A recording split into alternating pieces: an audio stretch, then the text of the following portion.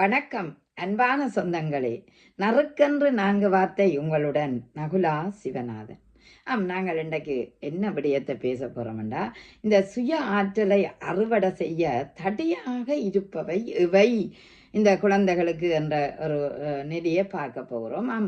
ஒவ்வொரு மனிதனும் இந்த சூழலில் பிறந்தால் அவர் வளர்ந்து உயர வேணும் என்பதுதான் எல்லாருடைய அவாவும். ஏனென்றால் டாவின் என்ன சொன்னார்? தக்கன பிழைக்கும் தகாதன அலையும். ஆகவே தக்கன பிழைக்க வேணுமென்றால் சுயமாக அவர்கள் தங்களுடைய ஆற்றலை வெளிப்படுத்தி வளர்றது சால சிறப்பானது.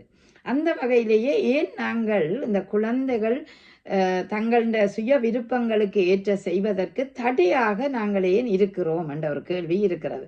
பெற்றோர்கள் ஏன் இருக்கிறோம் என்று நாங்கள் ஆராய்ந்து பார்த்தோம்டா, சில நேரத்தில் எங்கட தடை அந்த பிள்ளைக்கு முட்டுக்கட்டையாக இருப்பதை பார்க்கின்றோம். அதாவது ஒரு குழந்தை இந்த சூழலில் வளர வேண்டுமென்றால் பல தடைகளை அது தாண்ட வேண்டிய தேவை இருக்கிறது. அந்த தடைகளுக்கு இன்னும் முட்டுக்கட்டையாக நாங்கள் இருப்போமானால் அது சற்று கடினமாகத்தான் இருக்கும். அதாவது நிலத்தில் விளைகிற ஒரு பயிரை பார்த்தால் அது வறண்ட நிலமானாலும் அந்த வித்து வெடித்து வெளியில் வரக்கூடிய நிலை இருக்கும். அது சில வித்துக்களுக்கு அப்படி இருக்கும்.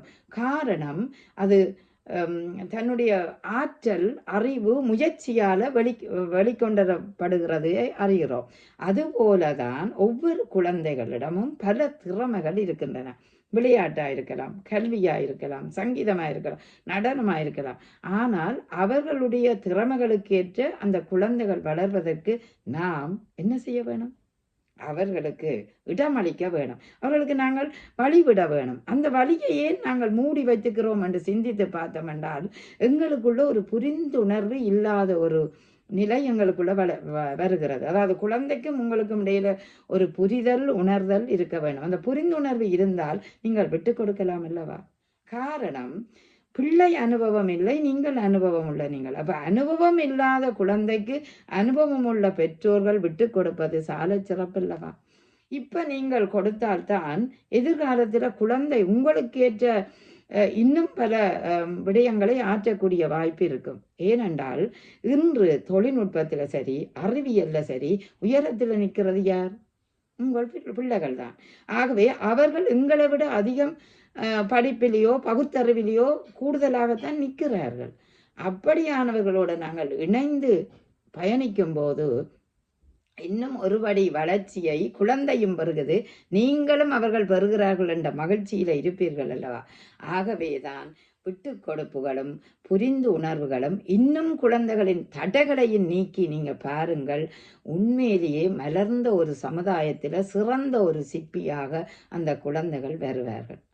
ஒரு சமுதாயத்தின் சிற்பிகளாக குழந்தைகள் வளர்க்கப்பட வேண்டியவர்கள் என்பது நீங்கள் யாவரும் புரிந்துணர வேணும். காரணம், இவ்வளவு காலம் எங்களுடன் இருப்பார்கள், சமுதாயத்துக்குத்தான் சேவை செய்ய வேண்டும். மனித நேயம், அன்பு, அரவணைப்பு அத்தனையும் அமைய வேணும் என்றால் அந்த குழந்தைக்கு நீங்கள் கொடுக்கிற அன்பில தான் இருக்கு. கொடுப்பதும் எடுப்பதும் அவர்கள் செயல் என்றாலும் சரியாக கொடுக்கிறோமா என்பதை கவனித்து பார்த்தால் எங்கள் தவறுகளை நாங்கள் திருத்த வேண்டிய தேவை இருக்கிறது.